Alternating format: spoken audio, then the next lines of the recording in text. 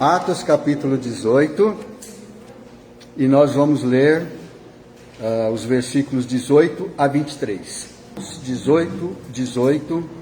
As igrejas de hoje são bem diferentes das igrejas do passado.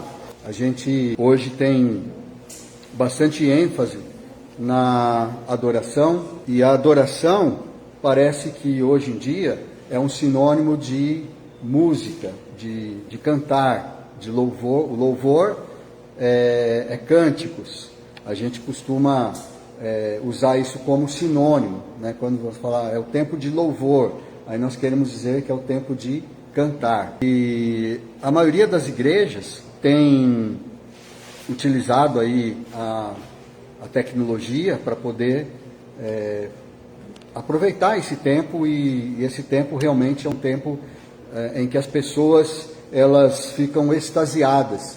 Pessoas cantam com todo o coração, e aquele som envolvente que tem.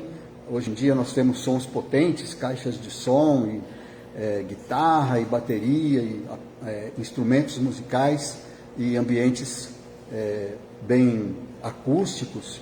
Então isso faz com que nós, se nós cantamos assim, se nós adoramos a Deus dessa forma, nós entramos num verdadeiro êxtase, e isso é uma maneira assim de adorar. É assim que se adorava a Deus no passado.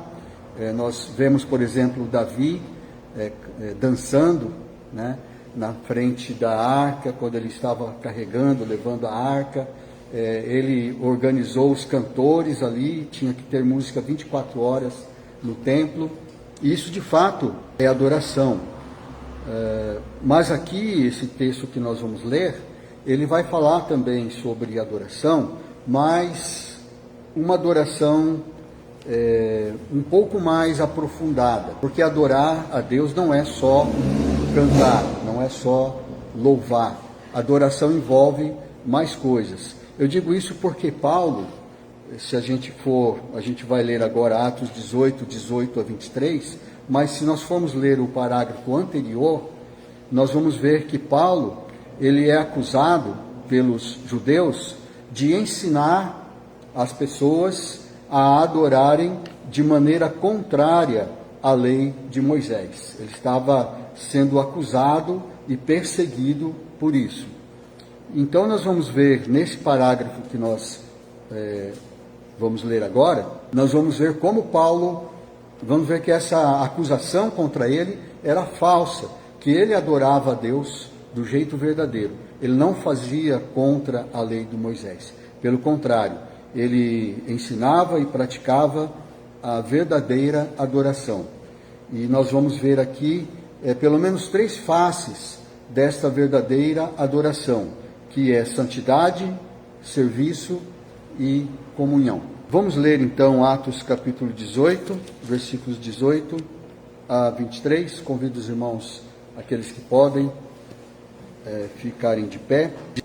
Depois, certo, né? Mas Paulo, havendo permanecido ali muitos dias, por fim, despedindo-se dos irmãos, navegou para a Síria, levando em sua companhia Priscila e Áquila, depois de ter raspado a cabeça em Cencreia, porque tomara voto. Chegados a Éfeso, deixou-os ali. Ele, porém, entrando na sinagoga, pregava aos judeus. Rogando-lhe eles que permanecesse ali mais algum tempo, não acedeu. Mas, despedindo-se, disse: se Deus quiser, voltarei para vós outros. E, embarcando, partiu de Éfeso. Chegando a Cesareia, desembarcou, subindo a Jerusalém, e tendo saudado a igreja, desceu para Antioquia. Havendo passado ali algum tempo, saiu, atravessando sucessivamente a região da Galácia e Frígia, confirmando todos os discípulos. Vamos orar?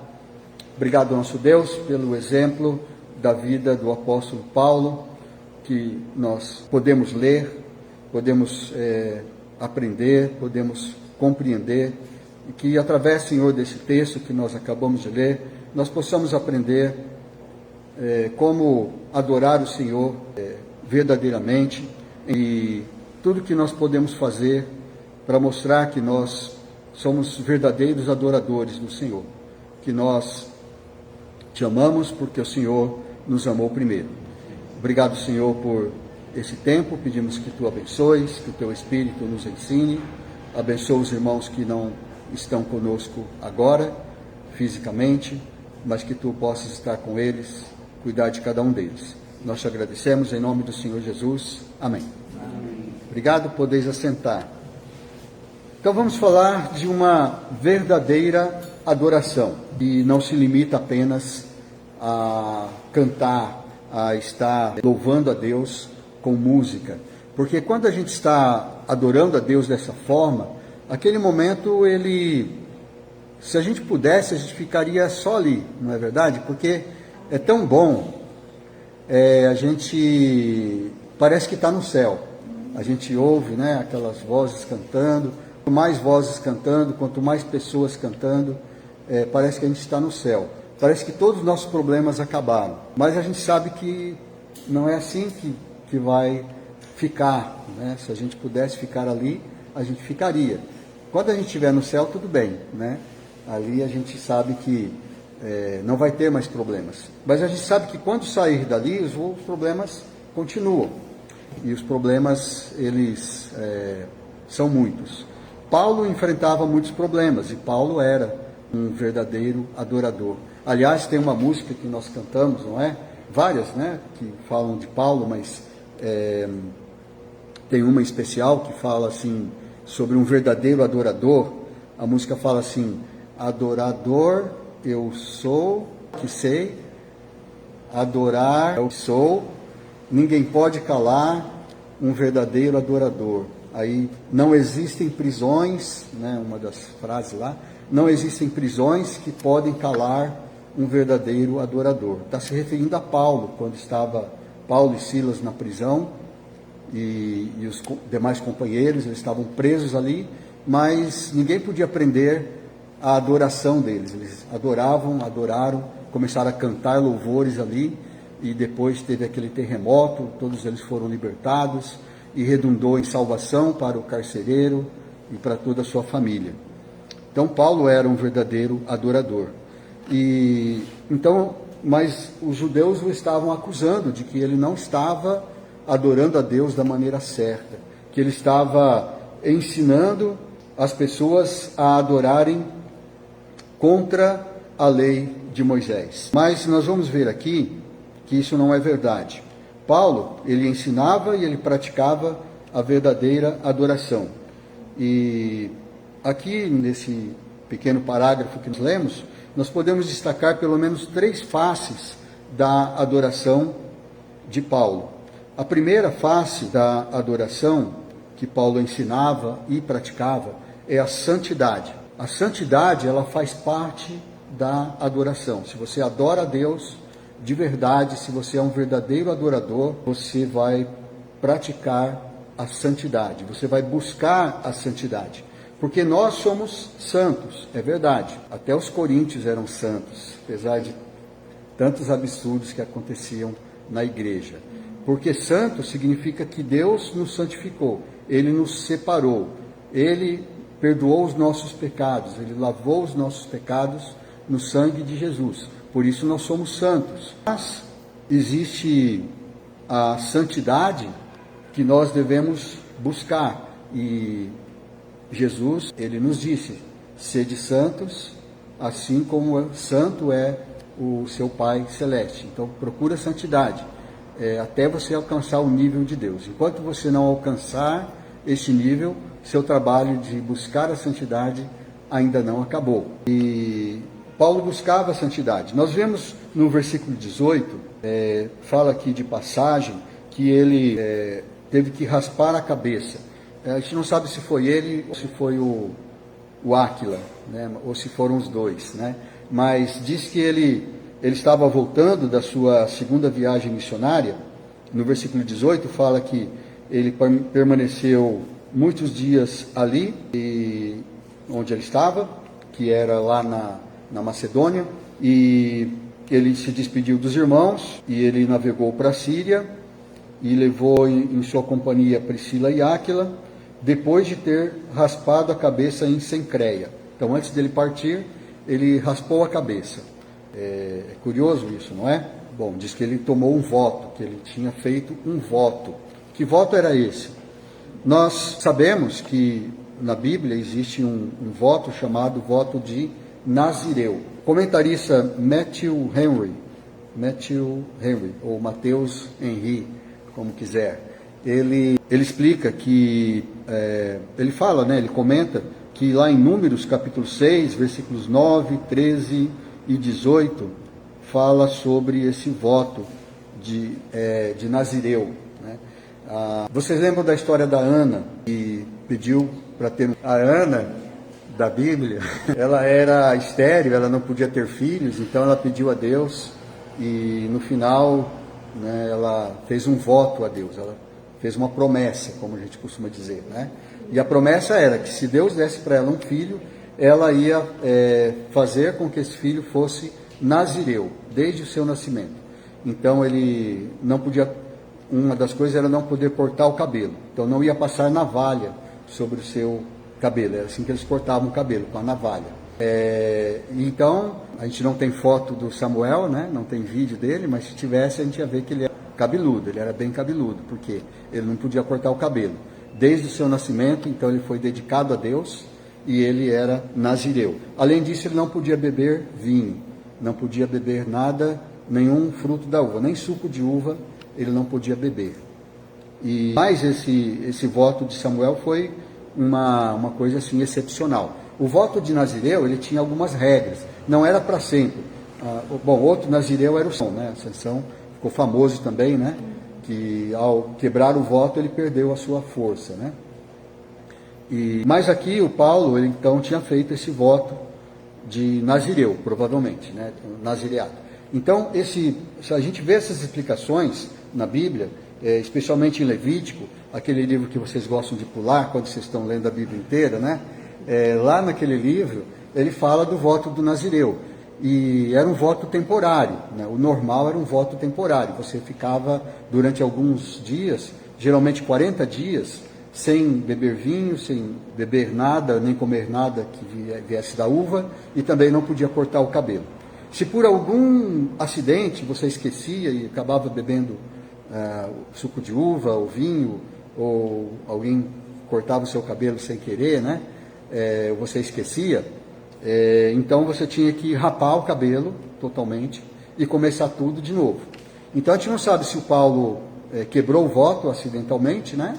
Que ele fez e teve que rapar o cabelo, ou se ele já tinha terminado o voto, porque depois que terminava o voto do Nazireu, aí ele rapava o cabelo. Então eu não sei o que ele fazia com o cabelo, se doava, se fazia peruca, né? Ou se queimava lá no altar, né? Não sei, mas era assim o voto do Nazireu.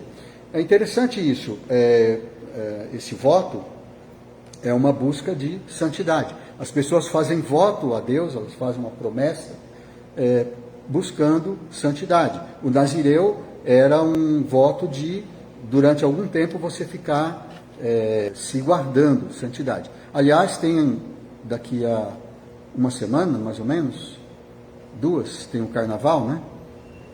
O Carnaval tem muito a ver com essa questão de santidade, sabia? Né? A gente fala Carnaval, santidade não casam, né? Mas na verdade é porque o Carnaval era para, quando foi inventada essa festa, né? Era para que você pudesse comer à vontade, beber à vontade, fazer festas à vontade, porque depois haveria 40 dias, que é a famosa quaresma, 40 dias que você tem que fazer jejum, né? Ou pelo menos deixar de comer alguns tipos de alimentos e se dedicar à adoração, à religião. Então, as pessoas adotaram o carnaval facilmente, né? Mas a quaresma, muito poucos que adotam, né? Os 40 dias de jejum. Depois vem a Páscoa, né? Então, sempre é assim todo ano. Então, o Matthew Henry explica aqui esses detalhes, né, sobre o nazireado, e Essa busca da santidade a gente vê também, por exemplo, na igreja de Corinto, houve uma controvérsia sobre a questão das mulheres usarem o véu. Não, né? Será que as mulheres deveriam usar o véu? Será que não? Eles estavam discutindo isso, e Paulo, ao escrever a carta de 1 Coríntios, ele fala que, na opinião dele, sim, as mulheres deveriam usar o véu. E por isso, até hoje, muitas igrejas, as mulheres ainda utilizam o véu, porque está escrito na Bíblia. Mas aí a gente tem, né, algumas questões aí para a gente levantar, mas pelo menos naquele momento, naquele instante, naquela situação, Paulo disse que sim, que as mulheres deveriam usar o véu, porque aquilo era um símbolo de santidade, de que a mulher estava se santificando, que ela estava guardando ali os mandamentos. Há muitos votos, né, que a gente vê na Bíblia. Por exemplo, Atos 1:23 também fala de 4 homens que fizeram um voto, e era para Paulo ir lá ajudá-los, né, a cumprir esse voto. A gente tem, não fala diretamente um voto, mas lá em Tiago, capítulo 5, versículo 15, quando ele fala que os presbíteros devem ir e orar e ungir a pessoa com óleo, e se a pessoa tiver cometido pecado, eles vão ser perdoados, no sentido da pessoa sarar daquela doença, que se fosse por causa do pecado, né? Então era uma espécie de voto também. Gênesis 28:20, a gente vê que Jacó, ele fez um voto, né? A gente está vendo isso nas quartas-feiras, na história da redenção. Ele está passando lá, a gente viu o voto que o Jacó fez, e que depois Deus cobrou dele, falou para ele cumprir esse voto. A gente vê em vários lugares, né? Números 6, a gente vê, fala ali do voto do Nazireu. Números 32, ele fala o seguinte, é interessante esse Números capítulo 30, versículo 2. Eu vou ler porque é uma coisa interessante que fala sobre votos. Aí não necessariamente só do Nazireu, mas qualquer tipo de voto. Quando o homem fizer voto ao Senhor, ou juramento para obrigar-se a alguma abstinência, não violará sua palavra, segundo tudo o que prometeu fará. E também em Deuteronômio 23:21, fala assim: quando fizeres algum voto ao Senhor, não tardarás em cumpri-lo, porque o Senhor, teu Deus, certamente o requererá de ti. E no versículo seguinte fala: porém, abstendo-se de fazer o voto, não haverá pecado em ti. Então ele está dizendo, se você quiser fazer um voto, você faz. Se você não quiser fazer, não é obrigado a fazer. Você não está pecando se você não fizer um voto. Mas se você fizer um voto e não cumprir, aí você está pecando. Então essa era a lei. Isto era o que Deus falava. E é claro, essa lei ainda existe. É uma lei moral, né? Se você quiser prometer alguma coisa para Deus, se você fizer algum voto a Deus, então você deve cumprir, porque se você não cumprir, você está pecando. Ele vai entrar na sua coleção de pecados, né? Mais um pecado para a sua coleção. Então, como Jesus falou, né? A sua palavra deve ser sim, sim, não, não. O que passar disso não é bom. Mais ou menos isso que ele fala, né? E mais votos são importantes quando a gente fala de santidade. E talvez você já tenha feito algum voto, não chamou de voto, né? Não deu esse nome, mas talvez seja um voto famoso, né? Que a gente conhece, que a gente costuma sempre mencionar, é o jejum. O jejum é um tipo de voto, né? Quando você decide fazer um jejum durante um dia, durante alguns dias, por algum motivo, geralmente quando você está numa situação de muita dificuldade e você está fazendo um pedido a Deus, que é alguma coisa que realmente está te preocupando muito, mas a Bíblia fala sobre o jejum, fala muitas coisas sobre o jejum, mas eu gostaria de dizer aqui, de compartilhar com vocês, como é que os judeus faziam jejum, porque jejum a gente não sabe direito o que é jejum. É você ficar sem comer e sem beber água o dia inteiro, 24 horas, ou 3 dias, 4 dias, o que é isso, né? Então, só para a gente ter uma noção, como os judeus eles têm essa tradição, eu olhei num site chamado Shabbat.org, um site que fala de costumes dos judeus. Então ele fala como é que eles fazem o jejum. O jejum, geralmente, eles são horas-dia, o jejum que eles praticam, horas-dia. Ou seja, você pode comer até o amanhecer daquele dia. Então, por exemplo, você pode acordar de madrugada e antes de amanhecer você come para que você tenha forças, né? Para não ficar o dia inteiro, porque depois você vai ficar o dia inteiro sem comer. Aí você vai ficar sem comer, não é sem beber, né? Beber água você pode. E até é bom, né? Não é bom ficar sem beber água. Fica sem comer, então a partir, desde quando amanhece até o pôr do sol. Então quando tem o pôr do sol aí você pode comer. Então geralmente é esse jejum, o normal é esse. Oi? Esse é mais fácil, né? Do que você ficar, por exemplo, 24 horas em jejum. Mas mesmo assim, mesmo sendo mais fácil, aqui no costume deles tem algumas exceções. Por exemplo, mulheres grávidas. Mulheres grávidas não devem jejuar. Isso faz parte do costume deles. Eles têm alguns dias especiais que eles jejuam, alguns dias durante o ano. Tem o Yom Kippur, que é o mais famoso, né? Tem Tishrei, não sei, eu acho que eu não vou, é claro que eu não vou conseguir pronunciar corretamente o hebraico. O outro chama Tevet, no mês de Tevet, que o mês dos judeus os nomes são diferentes, né?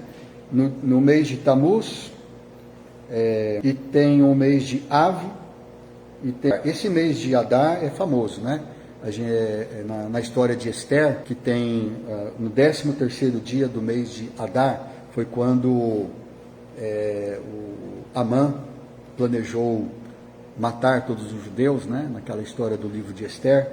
Então nesse dia, 13º dia de Adar, também é um dia de jejum. Então é esse tipo de jejum, o jejum dia que eles falam. É claro que tem outros tipos de jejuns e isso é uma coisa pessoal, né, que você pode fazer para com Deus. Bom, mulheres grávidas, mesmo nesses dias, não devem jejuar. Pessoas doentes, né, pessoas que não iam conseguir. A gente sabe, por exemplo, hoje em dia que há pessoas que têm diabetes, problema com diabetes. Pessoa que tem diabetes não pode ficar mais de 3 horas sem comer. Então está dispensado desse jejum. Crianças também estão dispensadas do jejum nesse dia, né? Esse é o costume dos judeus que está lá no site, né? E que é o que eles praticam. Só que as crianças que não fazem jejum, não precisam fazer jejum porque são crianças, mas também não devem comer doces, né? Guloseimas, essas coisas gostosas, né? Come só para se sustentar. E também tem outra regra, que por exemplo, se você é um dia de jejum, aí você esqueceu, né, porque você tem aquele hábito ali, de repente você vai lá, bebe um cafezinho, pronto, quebrei o jejum, e agora, né? Então, assim que você quebrou o jejum sem querer, você começa de novo, né? Essa é a regra. Ou às vezes você nem se lembrou, está comendo lá e a pessoa, hoje é dia de jejum, o que você está comendo aí, né? E aí você foi avisado, então a partir dali você começa o jejum, ou recomeça, né? Então essas são as regras. Eu acho interessante. Mas a Bíblia fala de um jejum diferente, por exemplo, Isaías 58:5. Deus está falando, porque eles faziam esse tipo de jejum, ainda fazem hoje, né? Mas Deus, ele diz em Isaías 58:5 que ele queria um outro tipo de jejum. Ele não queria um jejum que as pessoas afligissem a sua alma, que ficassem sem comer, que sofressem, que, né, se vestissem de pano de saco, colocasse cinza sobre a cabeça. O que ele queria, na verdade, o jejum aceitável, ele diz ali, é que eles soltassem os presos políticos, soltassem aqueles que estavam presos injustamente, né? Esse era o jejum que Deus queria que eles fizessem. Deus estava falando com aqueles, né, que eram poderosos, os sacerdotes, né, os líderes ali, que faziam o jejum direitinho, como aqueles fariseus no tempo de Jesus, mas só que eles praticavam injustiça, condenavam pessoas injustamente. Então Deus diz para eles, olha, o jejum que eu quero é que vocês façam a justiça, é isso que eu quero. e assim por diante, né? Então tem muitas coisas sobre jejum. Jesus fala, né, para vocês não pensarem que jejum é só coisa do Antigo Testamento, no Novo Testamento Jesus fala, Mateus capítulo 6, 16 a 18, no mesmo contexto em que ele ensina a oração do Pai Nosso, ele fala também sobre o jejum. Ele diz assim, quando jejuares, unge a cabeça e lava o rosto, com o fim de não parecer aos homens que jejuas, e sim ao teu Pai em secreto. E o teu Pai que vê em secreto te recompensará. Então existe sim lugar para jejum, existe uma recompensa pelo jejum.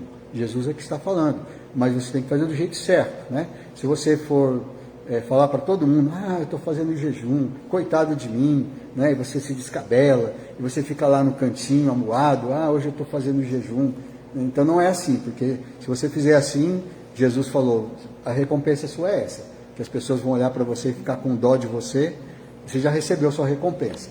Mas se você quer um verdadeiro jejum, não fala para ninguém. Ninguém deve saber que você está jejuando, né?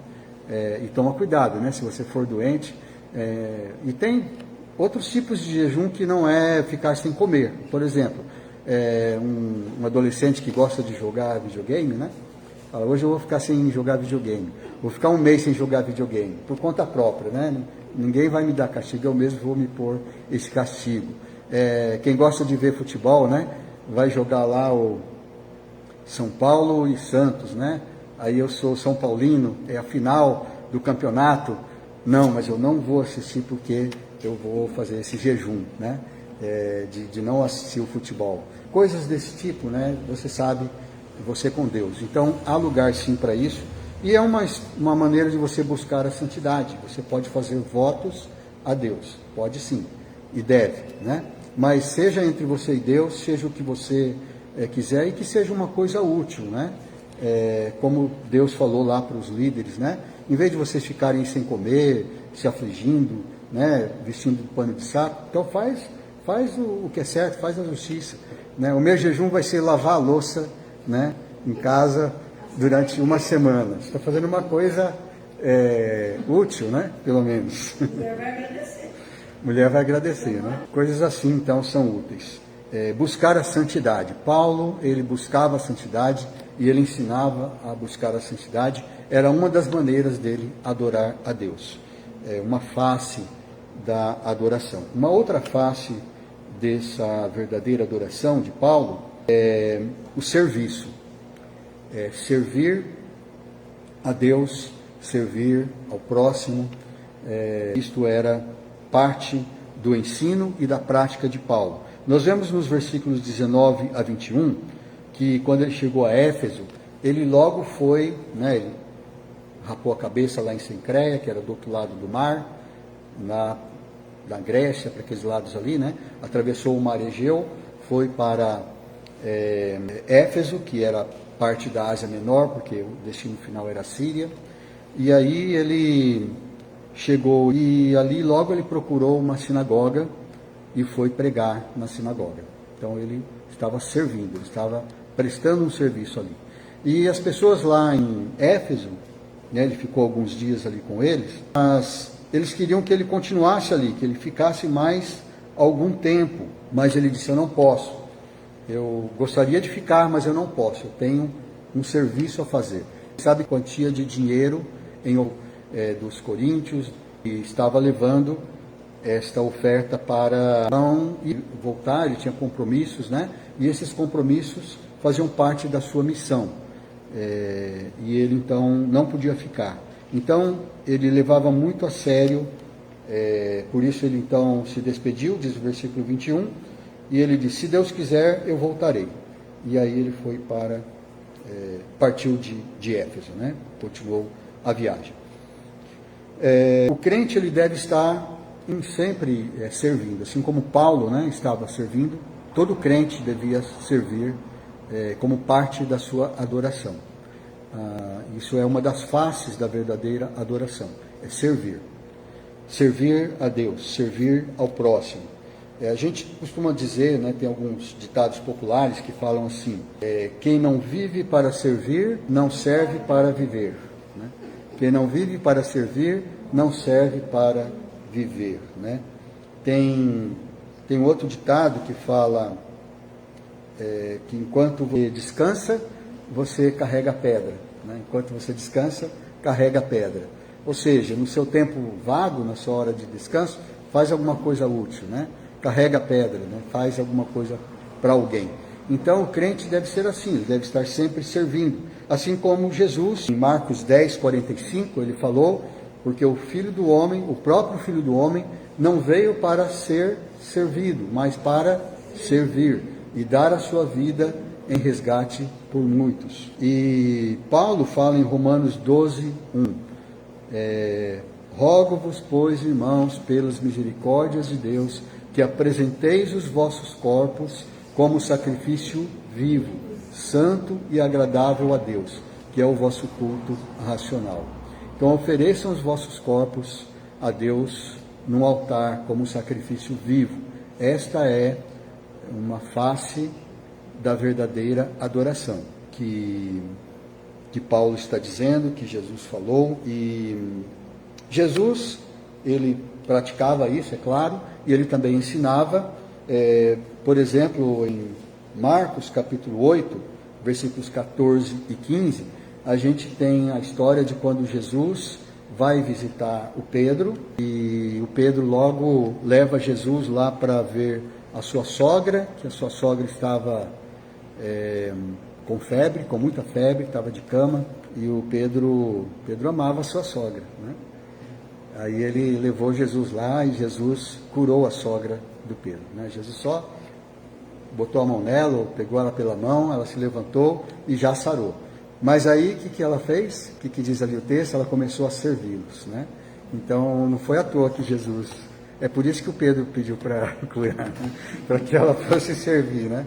Mas, serviço constante, né? Acabou de ser curada da febre, já podia servir, então começou a servir todos ali, e ela serviu bastante gente, porque bastante gente se acumulou ali, né? Em Marcos capítulo 6, versículos 31 a 34, Jesus convida os discípulos para ir descansar. Ele fala, olha, vocês, né, ele tinha acabado de mandá-los numa missão para curar, para evangelizar, né, e tudo, e quando eles chegaram, fizeram um relatório, ficaram alegres pelas coisas que eles fizeram, e aí Jesus falou para eles, então vamos descansar agora num lugar à parte, porque era tanta gente procurando eles, né, que queriam ser curados, sabiam que Jesus curava, e que os discípulos agora também já curavam as pessoas, então eles não tinham tempo nem para comer, não dava para descansar.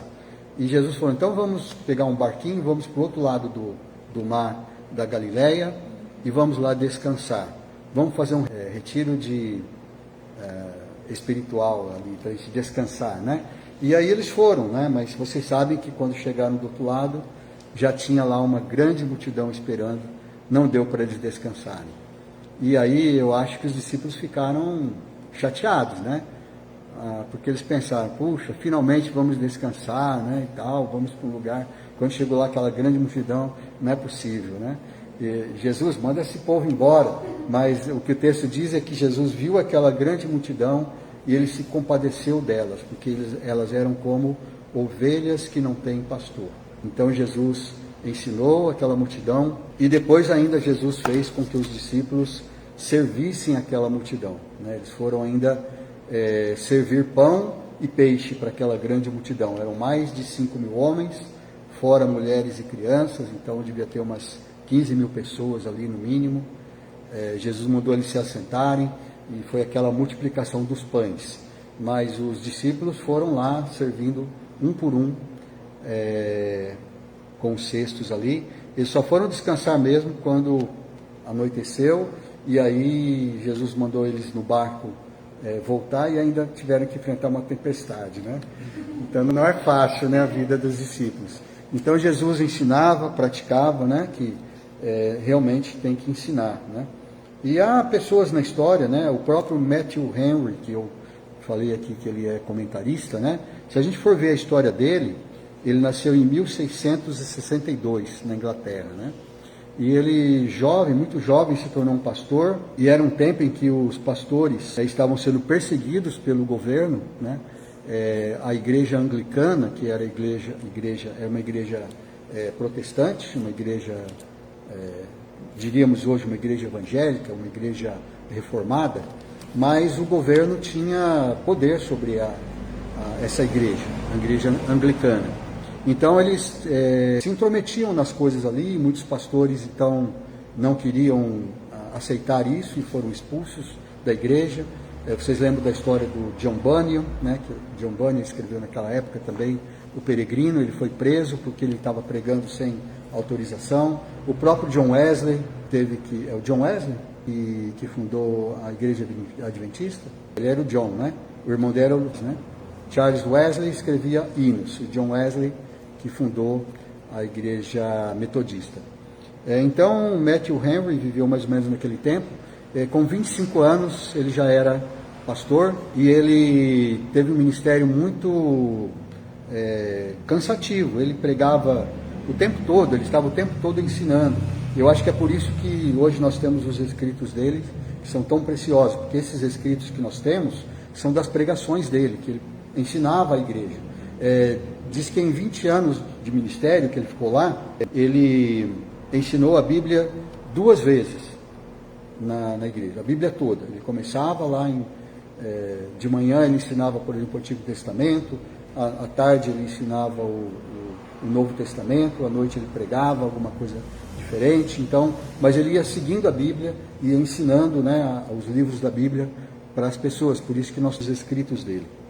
E muitas pessoas assim, né, muitas pessoas gostam de servir. E você pode servir a Deus com o dom que Deus te deu. Nem todos têm o dom de ensinar, como Matthew Henry, ensinar e escrever livros, né, escrever comentários. Nem todos têm o dom do apóstolo Paulo, né, que fez tantas coisas, mas você tem um dom. Deus te deu um dom. Usa esse dom para a glória de Deus, para servir a Deus. O que quer que você saiba fazer, né, isso é útil na obra de Deus. Esteja o tempo todo servindo. Então esse é uma outra face, é a serviço. Isso é uma face da verdadeira adoração, ensinada e praticada por Paulo. Uma terceira face que nós vemos aqui é a comunhão. A comunhão era praticada e ensinada pelo apóstolo Paulo como parte da verdadeira adoração. Nós vemos nos versículos 22 e 23 que ele chegou a Cesareia. Aí ele já estava, então, no litoral ali de Israel, né, já tinha atravessado ali já estava no Mediterrâneo, e ele chegou em uma praia ali, né, um porto ali em Israel, e ele, quando chegou em Cesareia, ele fez questão de subir até Jerusalém, porque Cesareia ficava no lugar baixo, né, que era o nível do mar, Jerusalém mais alto, então ele subiu para Jerusalém, para ver os irmãos, mesmo que fosse brevemente. Diz ali que ele subiu a Jerusalém e saudou a igreja. E ele ficou pouco tempo ali, né? Só foi lá, saudou a igreja. Então ele estava buscando a comunhão com os irmãos em Jerusalém. E logo ele voltou para Antioquia, da Síria, que era a cidade de onde ele tinha saído para fazer a sua primeira e a segunda viagem missionária. E logo ele ia começar a terceira e última. Antioquia, então ali tinha a igreja. Diz que ali no versículo 23 ele passou algum tempo ali, ele ficou algum tempo ali se recuperando, descansando da viagem, ganhando forças, né? E logo ele saiu de novo, atravessando sucessivamente a região da Galácia e Frígia, confirmando todos os discípulos. Então já começando ali a terceira viagem missionária, passando por aquelas igrejas onde eles tinham passado, já tinham pregado, e já haviam igrejas ali estabelecidas. Ele passava ali para ter comunhão com os irmãos. Paulo, ele sempre procurava a comunhão, porque a comunhão faz parte da verdadeira adoração. Então não pense que você pode ficar só em casa, assistindo vídeos do YouTube, assistindo pregações, assistindo música, ouvindo música. Você está adorando a Deus quando faz isso. Se você está, né, assistindo pregações, se está cantando músicas, mas não é só isso. A adoração não se resume a isso. Então a comunhão também faz parte da adoração. E para estar em comunhão você precisa vir à igreja. Se não vem à igreja, você não está em comunhão. Lembra do que o pastor Alden dizia, né? Mas o pastor Alden dizia porque foi o João, que João disse porque foi o Espírito Santo que revelou. Que se alguém andar na luz, como ele está na luz, se andarmos na luz, como ele está na luz, mantemos comunhão uns com os outros. E o sangue de Jesus Cristo nos purifica de todo o pecado. Então, se você andar na luz, você vai manter comunhão uns com os outros, né? Então, Paulo também buscava essa comunhão. Eu vi aqui um estudo do Hernandes Dias Lopes, falando sobre a comunhão. Eu achei muito interessante. Ele fala do Salmo 133. Salmo 133 é aquele famoso que fala, que tem aquela musiquinha que a gente canta, né? Quão bom e quão maravilhoso é que os irmãos vivam em união. Então esse salmo, ele fala da comunhão, e o pastor Hernandes Dias Lopes, ele falou de 3 verdades. Olha só, ele também fala, né? 3 pontos aqui, pregação de 3 pontos, né? Ele fala 3 verdades sobre a comunhão. A primeira é que a comunhão é agradável, né? Ele fala, né, como diz, quão bom, quão maravilhoso, quão agradável é que os irmãos estejam em união, é assim que fala o Salmo, né? E ele fala que a comunhão é, né, terapêutica, porque ali naquele Salmo fala que estar em comunhão é como o orvalho, né, caindo na nossa cabeça, é como o óleo que desce sobre a barba de Arão, né, que ele fala. Esse óleo, que coisa esquisita, né? O óleo descendo, né? Esse óleo é perfumado, é um perfume, né? Que eles ungiam o sacerdote. Então ele faz menção aí ao sacerdote Arão, né? Aquele perfume. É agradável como aquele perfume.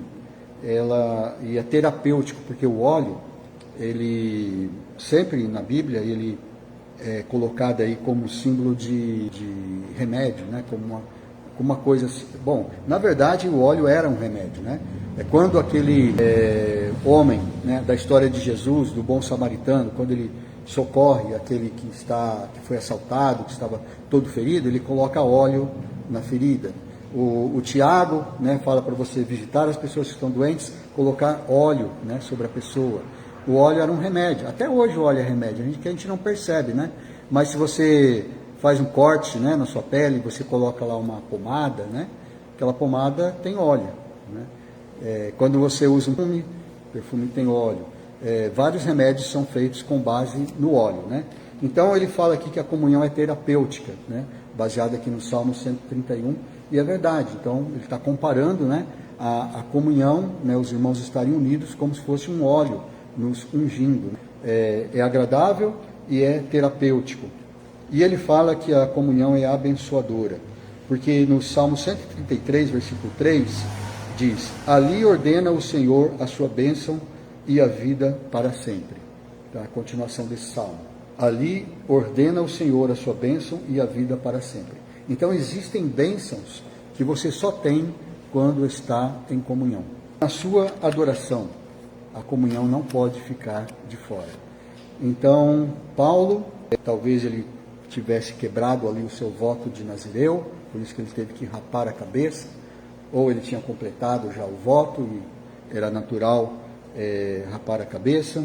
Mas nós também, quando nós aceitamos a Cristo como nosso Senhor e Salvador, nós estamos fazendo um voto, não é verdade? Não é um voto que a gente está fazendo? É um voto para a eternidade. É um voto que, como aquele voto do Samuel, né, para toda a vida, né? Qual é esse voto que a gente faz?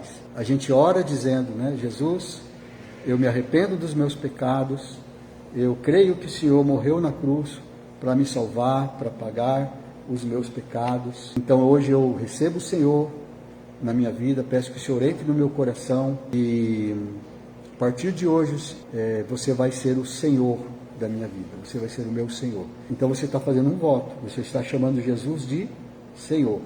Se Ele é Senhor, significa que você é o escravo, você é o servo, você deve ser obediente, você está jurando obediência eterna a Jesus. É um voto.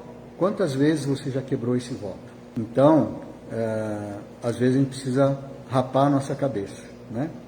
Rapar a nossa cabeça e começar de novo. Porque quando se quebrava o voto do Nazireu, né? Se rapava a cabeça, começava de novo. Quando alguém estava fazendo jejum, esquecia e comia alguma coisa, aí esqueci, começa de novo. Então, se você já quebrou esse voto, eu acho que você já quebrou, como eu também, várias vezes, né? É a hora da gente começar de novo. Graças a Deus que nos dá essa oportunidade, não é? Porque a Bíblia fala que Deus não rejeita o coração contrito, o coração arrependido. Se confessarmos os nossos pecados, Ele é fiel e justo para nos perdoar os pecados e nos purificar de toda injustiça. Amém? Então sejamos verdadeiros adoradores como Paulo, não só cantando, mas também buscando a santidade, buscando servir constantemente e buscando a comunhão. Amém? Deus os abençoe. Obrigado.